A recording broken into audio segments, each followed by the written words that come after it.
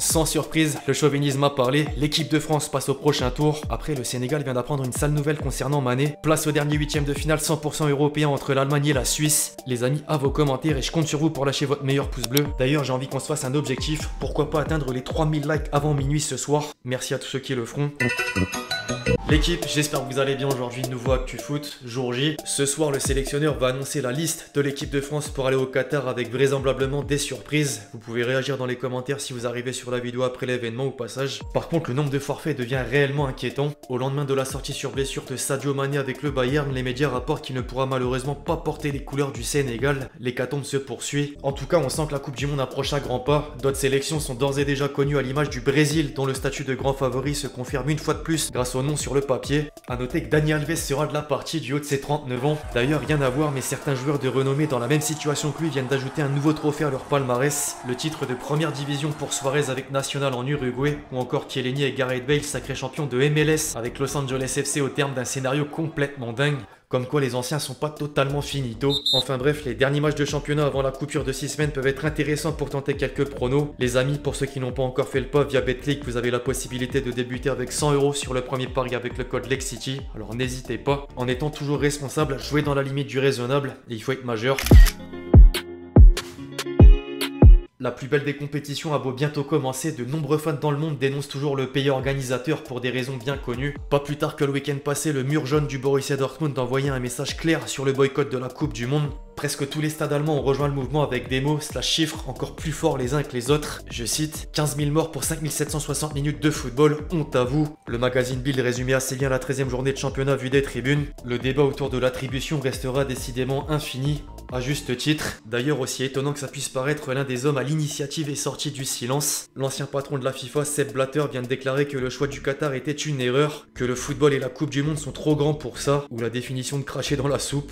Plus sérieusement, les principaux acteurs de leur côté jugent les critiques logiques. Seulement, faut s'en prendre aux décisionnaires, non pas au sport et naturellement aux joueurs, d'après Jürgen Klopp. Je suis un peu d'accord pour le coup.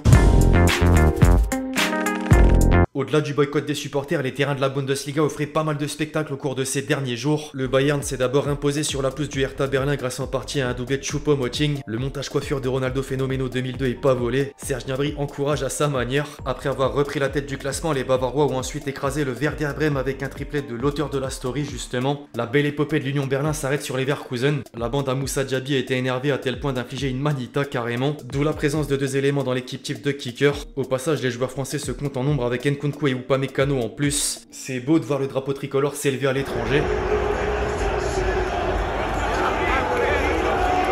A défaut de prendre un carton rouge pour une célébration, le but en valait la peine. Après l'Allemagne, au tour de l'Italie de contempler le talent d'un international tricolore. Le week-end dernier, Giroud offrait la victoire à l'AC Milan d'une magnifique reprise de volée à la Zlatan dans les dernières minutes. De quoi faire les gros titres de la presse italienne. C'était aussi l'occasion parfaite de recoller Naples. Sauf que lors du match suivant, les rossoneri ont perdu 2 points précieux contre Cremonese. Pendant que le premier, lui, battait l'Atalanta du côté de Bergame avant d'enregistrer un 10e succès d'affilée en réception d'Empoli. Ils sont juste imprenables aux yeux du Corriere dello Sport. Le Napoli tient aisément les commandes de la série avec une nette avance sur le Dauphin. Parallèlement au duel à distance, de vrais chocs avaient lieu avec d'une part le derby romain remporté par la Lazio sur le plus petit des scores. Il Romanista avouait que c'est moche pour qualifier la prestation des hommes de Mourinho. Et d'une autre, la Juventus a pris le meilleur sur l'Inter pour valider une 4e victoire de rang.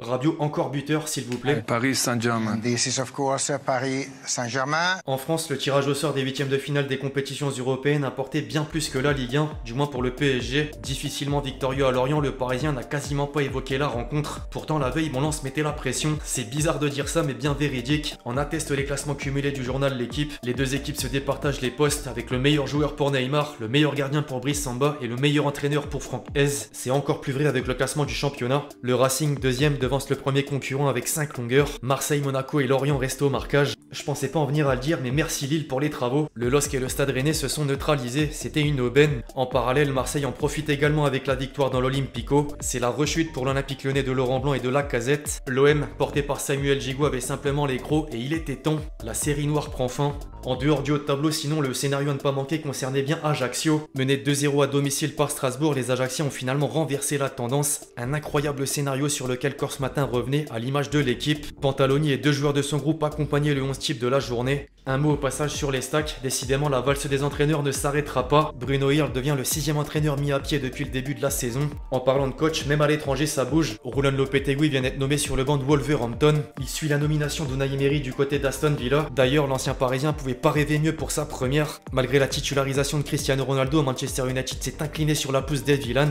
Une sacrée performance. Autant rester dans le rayon des entraîneurs, cette fois avec Guardiola. Premièrement parce qu'il a répondu aux propos récents de Zlatan sur son ego. La façon sarcastique de la réponse est magnifique. Et dans la foulée parce que Manchester City a de nouveau répondu présent. Haaland plus particulièrement. Les Citizens allaient se faire tenir en échec par Fulham, sauf qu'à quelques secondes du coup de sifflet final, dans le temps additionnel, le cyborg est venu sauver les siens avec un penalty. Les tabloïds anglais ont pas manqué de le considérer en grand sauveur à l'image de l'Express. En revanche, c'était pas suffisant pour devenir leader. Arsenal avait fort à faire dans le derby londonien à l'extérieur et a rempli sa mission. Les Gunners s'accrochent à leur fauteuil de leader. A noter que dans le même temps, Liverpool devait retrouver le chemin de la victoire après les 2 défaites consécutives. Nottingham Forest d'abord, Leeds ensuite, et c'est chose faite. Les Reds gardent néanmoins une position délicate au classement de la Premier League. A noter qu'une affaire extra-sportive touche Liverpool en ce moment, et pas des moindres. Le propriétaire vient de mettre le club en vente. Toute la presse anglaise est revenue sur le sujet avec quelques chiffres. Le détenteur actuel avait déboursé 300 millions de livres pour acheter le club. La somme demandée pour le revendre est désormais de 4 milliards de livres. 4 milliards, vous avez bien entendu.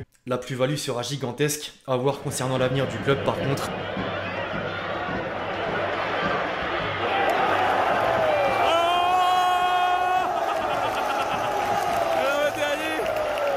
Si quelqu'un dans les commentaires arrive à me calculer les probabilités de chance que le ballon arrive dans l'appartement de cette personne, de ce supporter du Rayo Vallecano, je lui tire mon coup de chapeau. Plus sérieusement, Fede Valverde et le Real Madrid ont manqué plus que de précision lors du déplacement sur la pelouse du Rayo Vallecano. Les Madrilènes viennent de subir leur première défaite de la saison en Liga. Le Barça pouvait pas rater l'occasion de passer devant pour la dernière de l'éternel Gérard Piqué. Ce qui fait sûrement du mal au Real en ce moment, c'est l'absence de Benzema. Il est certes touché par les petites blessures, mais se concentre surtout pour la Coupe du Monde, voire sur les interviews suite au Ballon d'Or. D'ailleurs, la dernière sur la chaîne Twitch de Zach Nani était incroyable. J'ai hâte de voir l'émission avec Zidane. En vrai, pas sûr qu'elle existe, mais le 9 a quand même envoyé sa meilleure passe décisive. Au passage, puisqu'on parle de la légende, elle faisait récemment l'objet d'une rumeur pas si anodine que ça. Un journaliste espagnol a indiqué que Zizou devrait devenir le sélectionneur des Bleus après le mondial en janvier 2023. En janvier 2023, effectivement. Vous en avez forcément entendu parler. Vous en pensez quoi d'ailleurs ? À mon tour de donner un avis avec la traditionnelle question de l'abonné. Est-ce que tu comprends ceux qui disent que Valverde est le meilleur milieu de terrain au monde en ce moment? Franchement oui, clairement. À défaut d'envoyer des reprises de volée sur le parking d'Auchan en dehors du stade, d'autres grands joueurs le confirmeraient. À suivre avec l'Uruguay à la Coupe du Monde d'ailleurs. Second poteau, Pavard.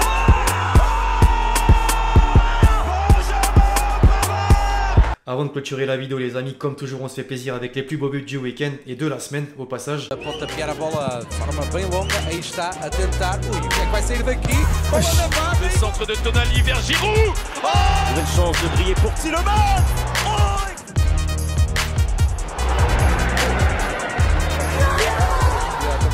Tentative de Goulet! Bref, l'équipe c'est tout pour l'actu foot du jour, j'espère que vous l'avez kiffé, je compte sur vous si c'est le cas pour lâcher votre meilleur pouce levé, c'est très important. Pensez à lâcher votre commentaire et votre question pour le prochain épisode, puis d'ici là, on se retrouve très vite sur la chaîne pour de nouvelles vidéos, c'était LexG, ciao ciao.